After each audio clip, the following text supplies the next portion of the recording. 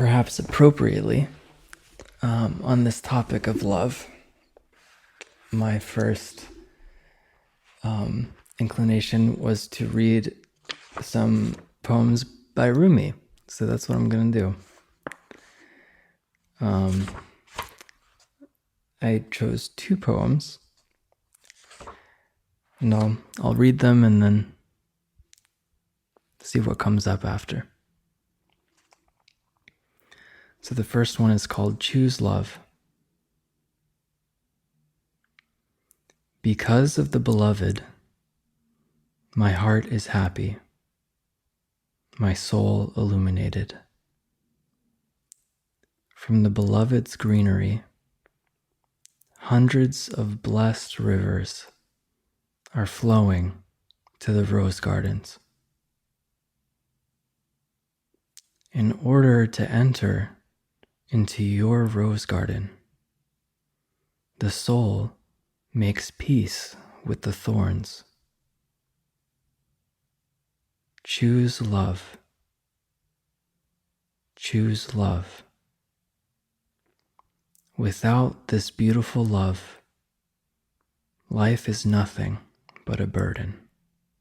The second one is called God's Ocean. The soul of the universe is a pure and clean ocean. Forms and shapes are the foams on that sea. Plunge into this pure, clean ocean. Don't just play with the foams. The foams on the sea's surface never stand still. Waves constantly move them about. When they dry up, they're no longer even part of the sea.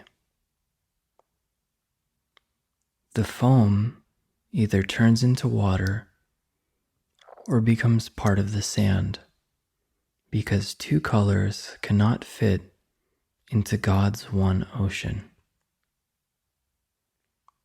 The wave comes from the sea, then watches and bows down to itself.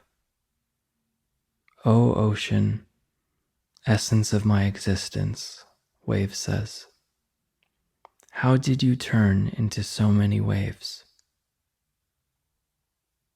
All souls are one. All existence is but the reflection of the Sultan.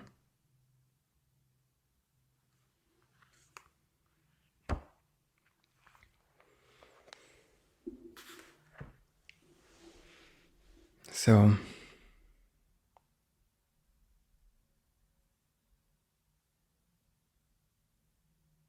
in those poems, Rumi provides two different perspectives on love, but they're both very much related simultaneously. To me, the first poem is about what Daniel was describing as embracing the textures of difficulty, the suffering that we experience, that arises in experiencing the sense of limitation, the sense of lack, the irritation, frustration, resistance, seeing the thorns as not being other than the garden, seeing these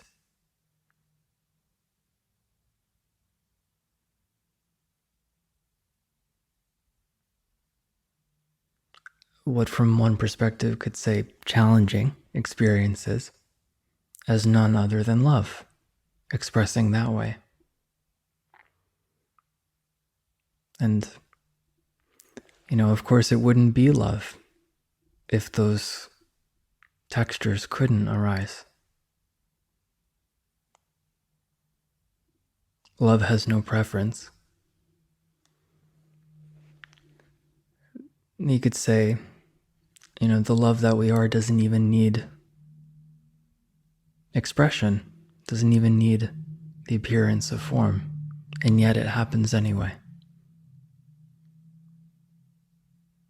The miracle of experiencing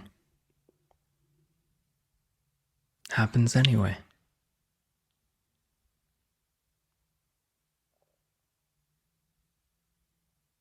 How can that not be love?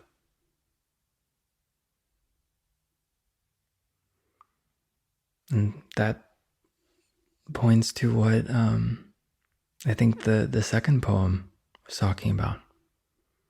How these transient waves, the transient nature of expression of the forms of life, thoughts, sensation, emotions, colors, shapes, sounds, the flowing nature of hearing, feeling,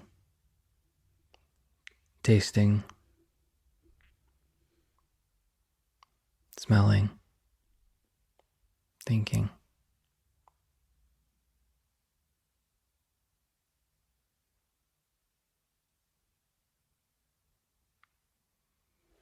They all arise and fall away, but what you are never moves.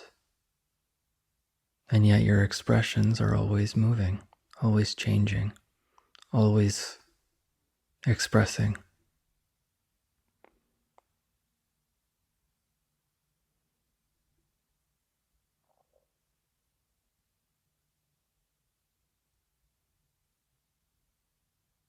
So the recognition of love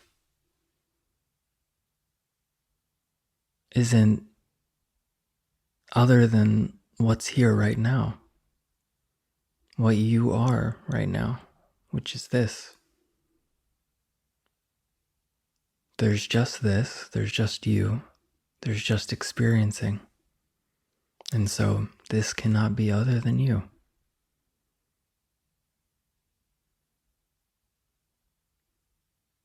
If it seems that way, if it feels that way, that is experiencing believing in limitation, believing a thought. But regardless of whether or not a thought is believed, it doesn't change the fact that this is you. There's just the option of being conscious of it or not. Either way, it doesn't matter, because it's still love. It's still a joy to be experiencing at all.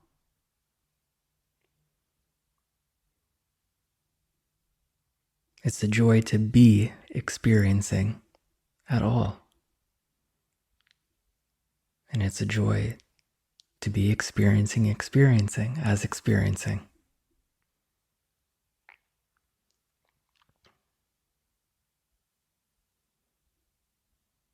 Love feels exactly like this. However this appears is how love feels, is showing up, sounds like, smells like right now.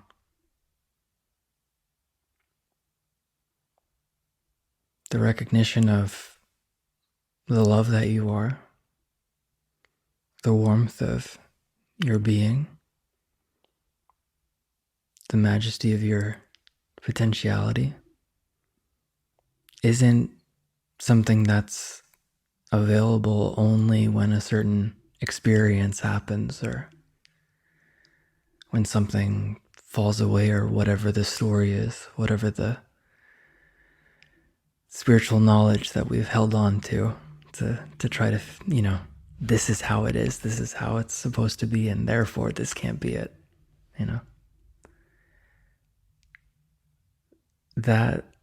That play, that tangling of an idea is love as well. It's just another mode of experiencing, exploring itself, experiencing, exploring its potentiality.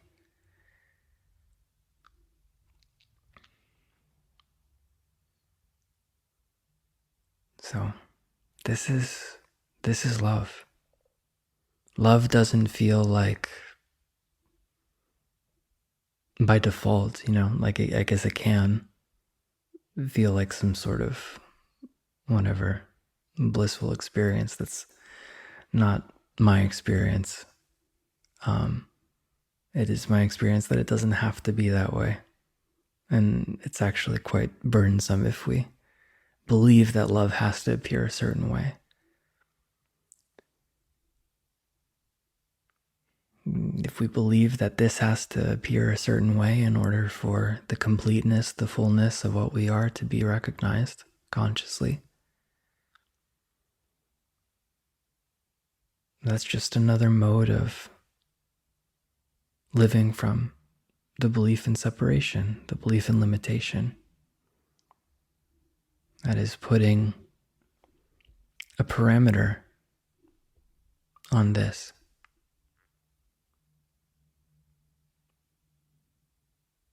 But that isn't wrong. That isn't a mistake. How do we know that? It's what's happening, right?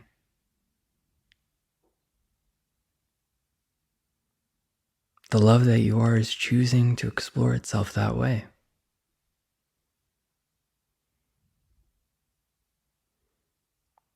And that's beautiful. It might feel very frustrating to the sense of being someone. But fortunately, that is just a brushstroke within the infinite creative expression that you are. There's not a problem if thought is expressing frustration or impatience or I don't get it, I don't feel that. A thought can't feel. It can only appear. So if thought is expressing that way, there's the invitation to look closer. Okay. So there's a thought that's saying, this can't be love. What is a thought? What is aware of that thought? What is this thought made of? Can a thought feel? Is it true that what I am is defined by the thought that appears? I would suggest no. The thought appears and falls away. You don't move. You are always here. You are the here-ness of here.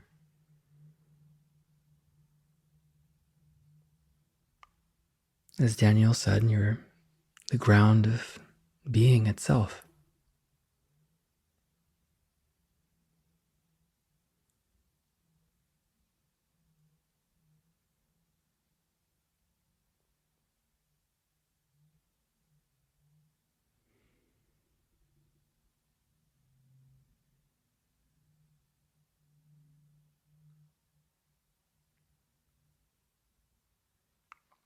The love that you are and the love that this is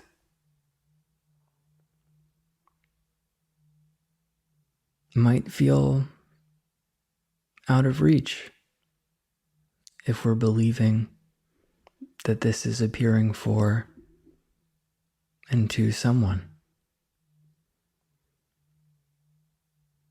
That this experiencing of love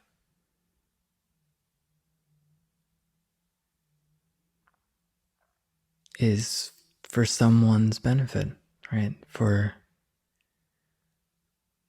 this awakening, this clearing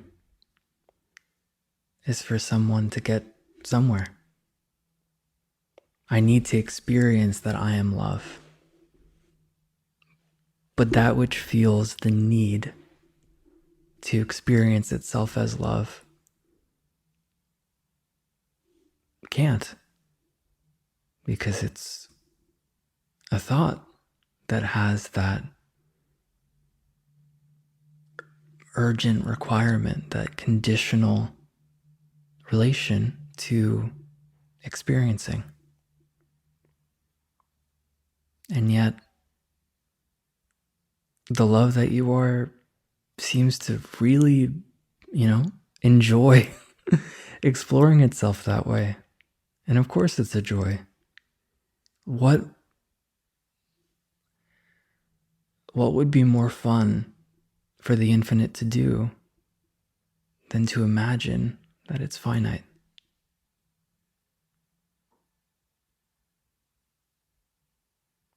What a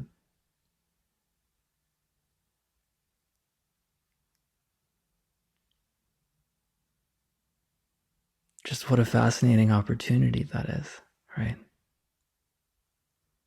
So the radiant nature of what you are is always here and always available, no matter how this appears. And sometimes it just requires a little, softening, not taking yourself so seriously, not taking this so seriously, not taking awakening so seriously, taking clearing so seriously, whatever it is, right? Because it is the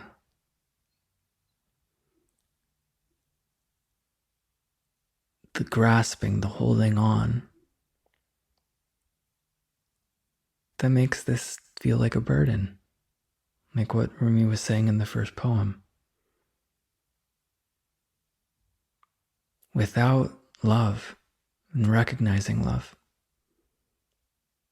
life it seems to be a burden. And that's because when life is living from the belief that it is limited, when it's living from a place of fear, the love that it is seemingly obscured, but only seemingly. So if this feels like a burden, the invitation is just to look closer at what you believe yourself to be, what you believe this to be. And what is it that's believing that?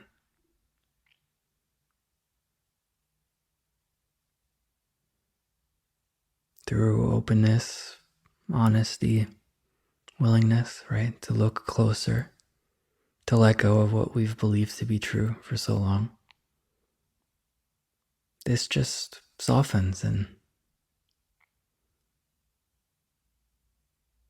there's an ease that's accessible.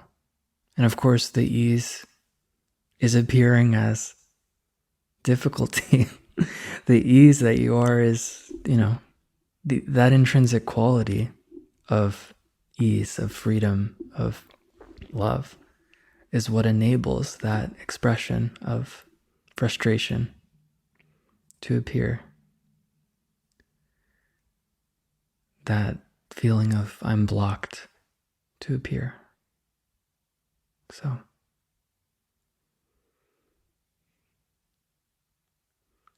don't take yourself so seriously.